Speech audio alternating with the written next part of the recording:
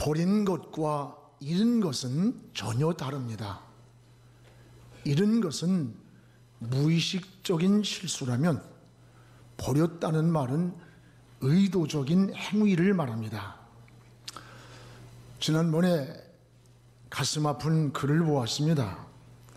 자식이 늙은 어머니를 요양원에 맡기면서 4가지를 다짐을 했습니다. 죽을 때까지 자식이 없다고 하라.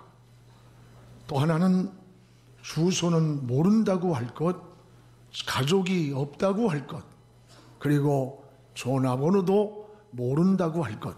만약에 이것을 말하면 죽이겠다고 해서 요양원에를 보냈다고 합니다.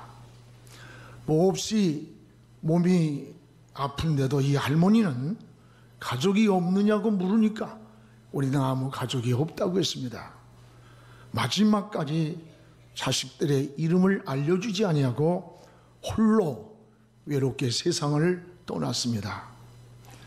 나중에 알고 보니까 주머니 속에 그 자식들의 사진이 몇 장이 들어있고 또 전화번호도 있고 또 손주들의 이름까지 적혀 있더래요.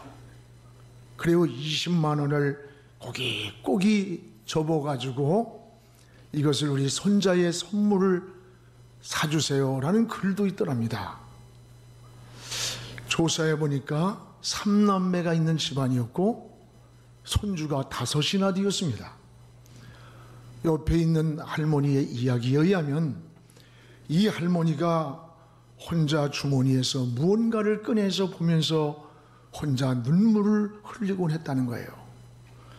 그것이 자기를 버린 그 가족들의 사진이었다는 겁니다.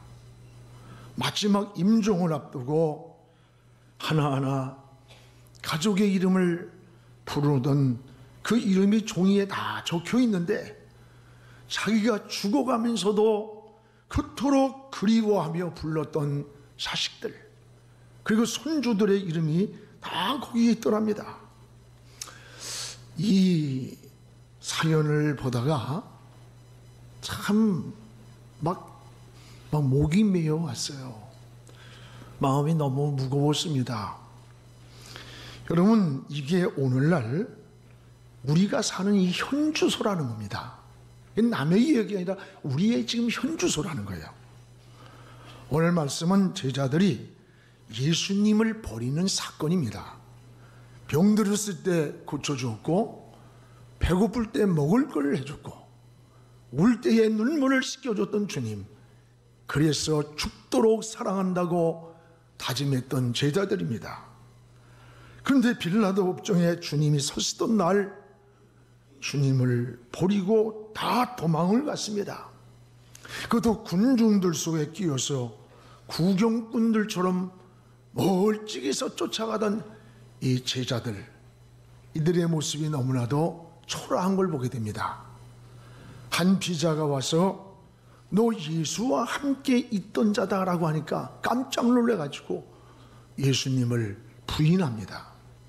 그것도 비자가 와서, 비자가 뭐예요? 그 당시에 여자 종이에요. 로마 군인도 아니고 한 계집종이 와서 하는 한마디에 예수님을 한순간 버리고 말았습니다. 두 번째, 또 다른 비자가 와서 예수와 함께 있던 자가 이 사람이다 할 때 그는 막 헛된 맹세를 하면서 저 사람 몰라, 예수 저 사람, 신분을 비하시키면서 주님을 처절하게 버렸습니다. 세 번째 와서 사투리가 갈릴리 사람 예수와 같다. 오늘날 우리에게도 사투리가, 지방 사투리가 있듯이 그 당시에도 이 갈릴리 사람들의 고유한 사투리가 있었습니다.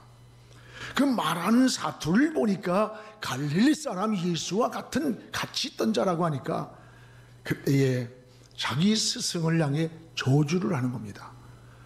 여러분, 마태복음 26장 70절에 보면 모든 사람 앞에서, 베드로가 모든 사람 앞에서 부인하여 주님을 모른다고 버리는 겁니다.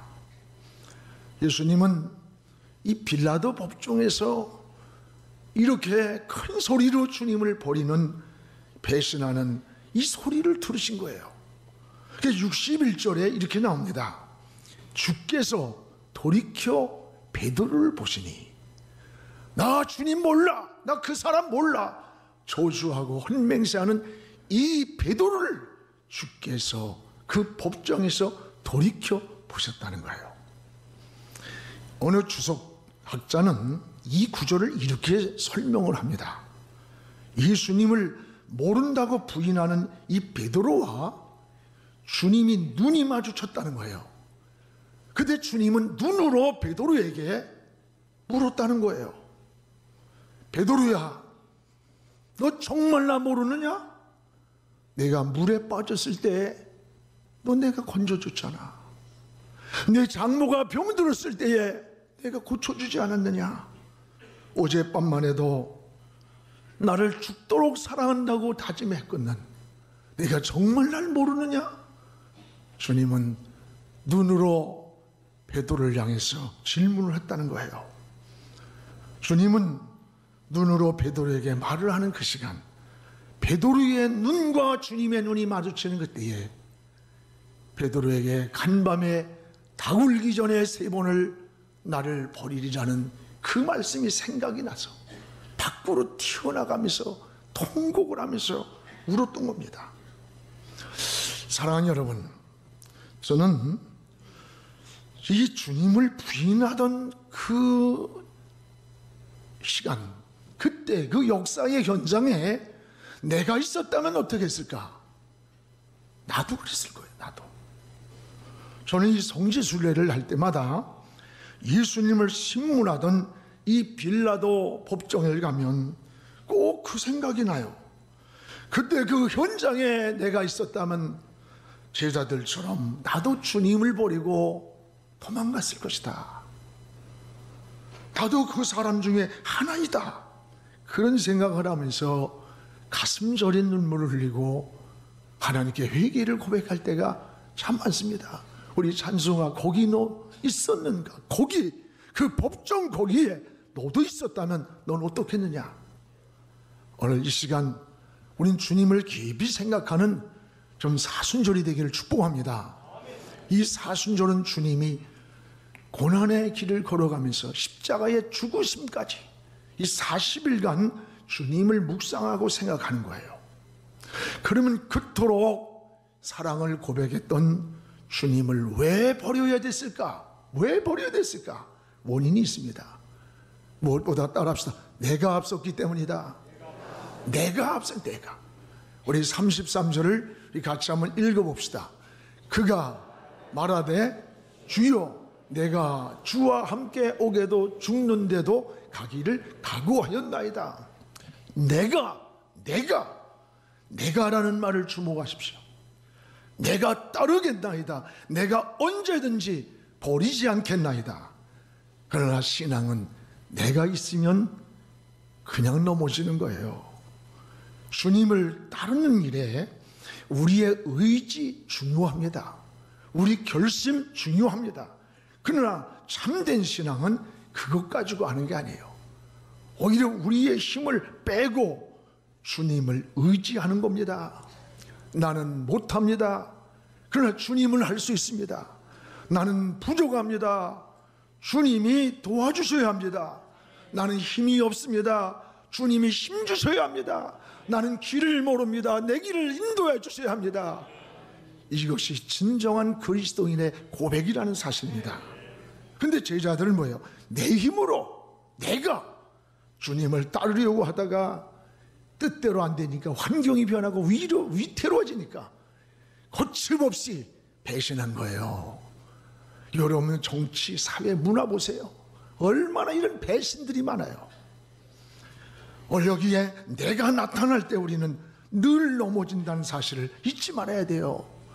여러분, 52년 동안을 세상을 호령하던 우시야 왕을 보십시오. 세상을 천하를 호령하는 내가 하찮은 저 제사장들만 성소에 들어가서 불을 밝히다니, 그래서 자기도 성소에 들어가서 불을 밝히겠다고 그때의 제사장들이 울면서 말렸어요. 근데 여러분 뭐예요? 각자의 영역이 있는 거예요. 영역. 제사장만이 들어갈 수 있는 그 영역을 침범하면서 들어가려고 할 때 들어가기도 전에 반점이 생기는 거예요. 온몸에 한센병이 걸렸어요. 그 순간 그의 왕직, 지구의 명예, 권세 한순간에 무너집니다. 그리고 쫓겨납니다. 비참한 말로로 끝났어요. 52년의 영광이 한순간 하나님이 손을 떼니까 그냥 끝나는 거예요. 신앙이 뭐예요? 여러분, 신앙은 철저히 나를 내려놓는 거예요. 나를 내려놓고 주님을 의지하는 거예요. 그때 주님의 손길을 경험하게 되는 겁니다. 오늘 사랑하는 여러분, 우리의 신앙이 어때요? 내가 뭘 한다고 생각하지 않습니까? 전에 제가 그 종교개혁지를 목사님들하고 같이 갔습니다. 목사님 한 분이 식사만 하고 나면은 꼭 혼자 밖으로 나가요. 제가 스코틀랜드에서 우리 그 김의식 선교사님이 제가 온다는 것을 알고 저녁 식사 초대를 해서 그 집에서 저녁 식사를 하고 그 선교사님은 차를 타고 오는데, 숙소로 돌아오는데 숙소 밖으로 그 목사님이 담배를 쫙 물고 쫙 뿜는 순간에 마주쳤어요. 이 목사님이 그냥 기절할 정도로 놀라는 거야. 어쩔 줄 모르고. 근데 그 목사님보다 누가 더 놀랬을까? 내가 더 놀랬어요, 사실은. 어쩔 줄 모르겠더라고요. 여러분, 수십 년을 목회하면서 그걸 끊지 못하고 숨어서 그 짓을 한다고 하는 게 얼마나 괴로웠겠어요. 얼마나. 오늘 우리 신앙은 여러분, 직분이 우리를 변화시키는 거 아니에요. 목사가, 장로가 나 못해 신앙 아니에요. 이런 것이 우리 인생을 변화시키는 게 아니에요. 신앙은 내 힘을 내려놓고 주님을 의지하지 아니하면 넘어지는 거예요. 우리가 왜 넘어지고 주의 일하며 상처받고 고통하고 분노하고 분쟁이 일어납니까? 내 힘으로 하려고 하다가 지치고 힘이 드는 거예요. 여러분, 주의 일도 내가 하려고 생각하지 말아야 돼요. 주님이 주시는 힘으로 해야 지치지 않고 행복하고 즐거운 거예요. 목회가 즐거워야 되고, 봉사가 즐겁고, 찬양이 즐겁고, 헌신과 섬기는 일이 즐거워야 돼요. 오늘 우리는 사순절을 보냅니다. 이 사순절을 보내면서 뭘 의지해야 되는 거예요? 여러분, 뭘 의지하는 거예요? 내 힘을 자꾸 빼내고 주님의 힘을 의지하고 주님을 의지하는 겁니다. 오늘 주님께 시선을 집중하기를 주의 이름으로 축복을 합니다. 또 하나, 주님을 버린 이유는, 따라합시다. 기도 없이 따르려고 했다. 기도 없이 따르려고 하는데 넘어진 거예요. 우리 45절, 46절을 함께 읽어보겠습니다. 기도 후에 일어나 제자들에게 가서 슬픔으로 인하여 잠든 것을 보시고, 46절에 이르시되 어찌하여 자느냐, 시험에 들지 않게 일어나 기도하라. 여기 45절에 잠든 것을 보시고, 잠든 걸 주님이 보시고, 46절에 시험에 들지 않게 일어나 기도하라. 깨웠어요. 우리도 지금 영적인 잠을 자고 있는 건 아닙니까? 우리 신앙생활 가운데 빼놓을 수 없는 게 뭐예요? 기도예요. 기도.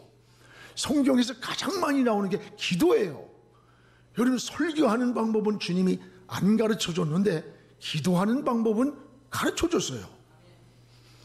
기도할 때 하늘의 지혜를 얻고 이 영감이 떠오르고 나를 이길 수 있는 힘을 얻게 되는 거예요. 기도 생활이 멈추면 마음의 평안이 없어집니다. 근심, 걱정, 염려가 안개처럼 막 우리에게 덮쳐오는 거예요. 사랑하는 여러분, 대개 그리스도인들의 실패의 모습을 보세요. 기도하지 아니하고 어떤 일을 접근하는 거야. 자기의 벌이로, 자기 계산으로, 자기 모습으로. 그 결과가 무너지는 걸 많이 봅니다. 오늘 우리는 예수님의 생애를 모델로 삼아야 돼요. 예수님의 생애가 뭐예요? 사역을 시작하기 출발해서 40일을 기도를 했어요. 광야에서. 그리고 마지막 십자가를 앞에 놓고 밤을 새워 겟셋만에서 기도하시고 나서 하나님의 뜻을 이루었어요. 그 시작과 끝이 주님의 삶이 기도였다는 거예요. 그런데 제자들은 어때요? 기도할 시간에 잤다는 겁니다. 이유는 있어요. 육신이 피곤해서. 우리도 이유가 있어요. 바빠서, 분주해서. 그러나 육신의 그 피곤보다 더 무서운 피곤이 왔어요. 그게 영혼의 피곤이에요. 주님을 보려고 도망가야 하는 비참함과 후회스러움의 이 영적 피곤이 우리에게 왔다는 거예요. 더 무서운 피곤이. 성도가 기도에 잠이 들면 이 마귀는 무섭게 우리에게 문제를 안고 찾아옵니다.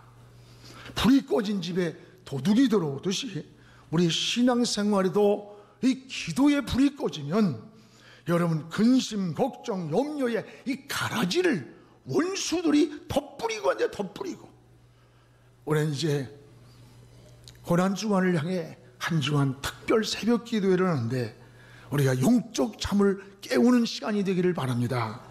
수천 명이 나와서 막 몇 터지게 한번 기도해 보세요. 여러분 혼자가 아니라 가족과 함께 나와서 새벽에 무릎을 꿇어 보십시오. 문제를 안고 혼자 고민하지 마세요. 저 십자가에서 우리 짐을 담당하신 예수 그리스도, 여러분 십자가를 바라보면서 여러분의 문제를 주님 손에 올려놓으시기를 바랍니다. 저는 지나간 시간들을 가만히 생각해 보니까 진짜 하나님께 진실하게 기도했던 것이 시간은 다를 수 있지만은 이루어지지 않은 게 없다는 이걸 깨달으면서 너무 감사했어요. 여러분, 우리 편에서 하나님의 응답이 늦다고 생각할 수 있어요. 그런데 하나님은 어느 때든 반드시 그걸 들어주셨어요. 따라합시다. 기도는 길지만 응답은 순간이다. 할렐루야.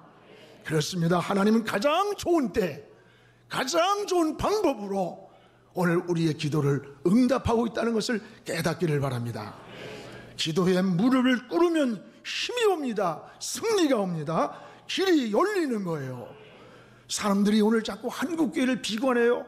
여러분, 한국교회가 희망이 없다고 합니다. 아닙니다. 한국교회는 기도에 불이 있습니다. 이 시대를 지킬 의인 10사람이 아직 남아 있습니다. 바알에게 무릎 꿇지 않은 7,000명이 아직도 곳곳에 있습니다. 여러분, 한국교회는 기도에 무릎을 꿇는 하나님의 백성들이 많아요. 기도하는 백성이 있는 한 결코 망하지 않습니다. 우리 사순절을 보내면서 이 기도의 시간을 여러분이 가정에서나 직장에서나 사회에서나 내 시선을 주님께 집중하고 주님과 깊은 교제의 시간들을 많이 갖는 이런 사순절을 보내기를 축복합니다. 또 하나, 주님을 버린 이유가 뭐냐? 따라합시다. 주님과 너무 멀어졌기 때문이다. 주님과 너무 멀어졌어요. 떨어졌어요. 우리 54절을 우리 함께 읽겠습니다. 예수를 잡아 끌고 대제사장의 집으로 들어갈새 베드로가 멀찍이 따라가니라. 멀찍이 따라가니라. 무엇이 주님을 멀리 따르게 만들었어요? 주님이 기적을 행할 때, 능력을 행할 때는 서로 옆자리에 앉으려고 네가 높으냐 내가 높으냐, 주님과 네가 가까우냐 내가 가까우냐 하던 이들이 왜 주님을 멀리 따라갑니까? 불확실한 신앙. 내가 주님의 제자입니다 라고 하는 신앙의 정체성을 감췄던 겁니다. 여러분, 신앙은 희미하고 불투명한 그런 신앙을 가질 때에 시험이 많다는 걸 알아야 돼요. 주님과 떨어져 있는 사이 이 사단의 시험에 제자들이 빠지는 겁니다. 예수 안 믿는 친구들과 모임이 있을 때 또는 여러분이 직장에서 회식 자리가 있을 때 여러분이 내가 그리스도인입니다, 나는 장로입니다, 나는 안수 집사입니다, 이런 고백을 확실히 하면요, 그 술잔을 이길 수가 있어요. 그 죄악의 유혹을 넘어갈 수가 있는 겁니다. 우리의 신분을 불확실하게 숨기고 불확실하게 있다 보니까 주님과 멀리 서게 되고 선 사이에 마귀에게 속는 거예요. 마귀는 미지근하고 불확실한 신앙인에게 더 역사한다는 것을 알아야 돼요. 세균은 아주 물이 뜨겁든지 아주 차가운 곳에는 살지 않는다고 합니다. 오히려 미지근한 곳에 세균이 우글거린다는 거예요. 그래서 주님이 라오디게아 교회를 뭐라 그랬어요? 너희들 차든지 더웠든지 분명하길 원한다. 우리가 유두호처럼 걸터 앉아있는 이 모습, 이스라엘 백성들이 3년 6개월 하늘문이 닫힌 데가 언제인 줄 압니까? 이스라엘 백성들을 갈멜산에 모아놓고 엘리야가 외친 첫 성이 뭐예요? 너희가 어찌 걸터 있느냐? 바알인가 하나님인가? 바알에게 살 길이 있으면 바알에게 가라. 하나님께로 가야 살 길이 있다면 하나님 편에 서라는 거예요. 여러분, 분명한 신앙, 우리의 선명한 신앙을 가지지 않으면 우리 신앙은 언제라도 유혹에 빠지는 거예요. 오늘 불확실한 신앙에서 흔들리고 시험이 찾아오는 거예요. 문제가 많은 거예요. 마귀가 자꾸 찝쩍거리면서 틈을 타고 시험한다는 것을 기억하시기를 바랍니다. 주님을 우리가 앞서가면 교만한 사람이 돼요. 주님 뒤에 서면 떨어지기가 쉬워요. 우린 주님 곁에서 가까이 동행을 해야 돼. 동행을 해야 되는 거예요. 오늘 신앙을 다시 회복하는 길을 두 가지로 우리는 제시받습니다. 오늘 61절에 말씀이 생각나야 한다는 거예요. 우리 61절 한번 같이 읽어봅시다. 주께서 돌이켜 베드로를 보시니 베드로가 주의 말씀 곧 오늘 닭 울기 전에 내가 3번 나를 부인하리라 하심이 생각나서, 주의 말씀이 생각나서, 지금 주님을 버리는 그 시간에 주님 말씀이 생각이 났어요. 베드로는 주의 말씀이 생각이 나서 통곡을 하면서 울었던 겁니다. 오늘 나의 삶의 현장에서 내가 어떤 행동을 움직이기 전 죄의 자리에 앉아있을 때 우리를 이길 수 있는 힘이 뭐예요? 주의 말씀이 생각나야 돼요. 설교가 생각나야 돼요. 그 말씀이 생각날 때 그 자리를 일어날 수 있는 것이고 그 유혹을 뿌리칠 수가 있는 거예요. 사랑하는 여러분, 이 사순절에 주의 말씀이 생각나기를 축복합니다. 또 하나 이기는 비결이 뭐예요? 62절에 밖으로 나왔다는, 밖으로. 62절 우리 같이 읽어봅시다. 밖에 나가서 심히 통곡하니라. 밖에 나가서. 여러분, 베드로는 밖으로 나왔어요. 주의 말씀이 생각날 때 밖으로 뛰어나와 통곡을 하는 거예요. 죄악의 자리에 머물러 있다면 그 자리에서 여러분 뛰어나오기 바랍니다. 나와야 넘어지지 않아요. 물들지 않아요. 있어야 할 자리가 아니거든. 여러분 그 자리를 깨닫게 말씀이 생각나거든. 뛰어나오세요. 그 자리에서 밖으로 나와야 합니다. 여러분이 누구예요? 나시린이야.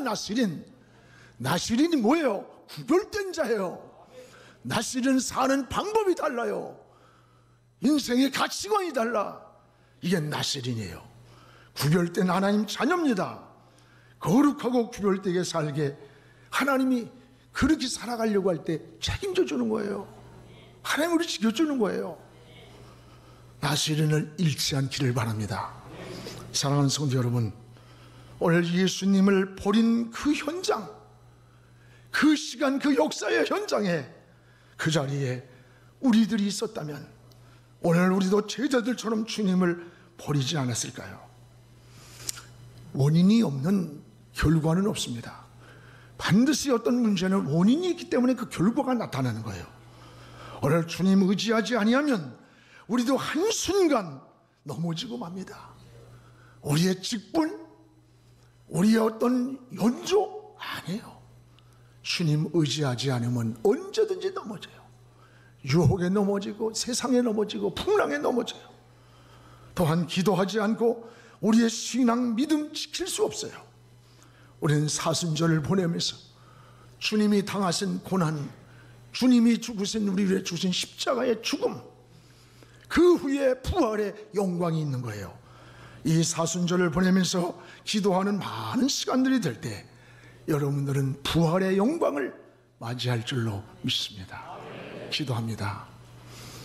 역사의 주인이 되시는 우리 아버지, 제자들이 주님을 버리고 떠났던 그 현장에 오늘 우리가 있었다면 우리도 똑같은 모습일 것을 고백하면서 회개합니다. 용서하여 주옵소서. 주님 의지하지 않고 일어설 수 없고 승리할 수 없음을 고백합니다. 나를 내려놓게 하시고 주님만 의지하게 하시고 주님 기도하지 않고 이길 수 없사오니 오늘 하나님 주님 의지하며 기도의 시간들이 되게 하여 주시옵소서. 너무 주님과 멀어지지 않았습니까? 우리 신앙의 신분이 불확실하지는 않습니까? 확신 있는 믿음을 가지고 이 사회 속에서도 승리하게 도와 주시옵소서.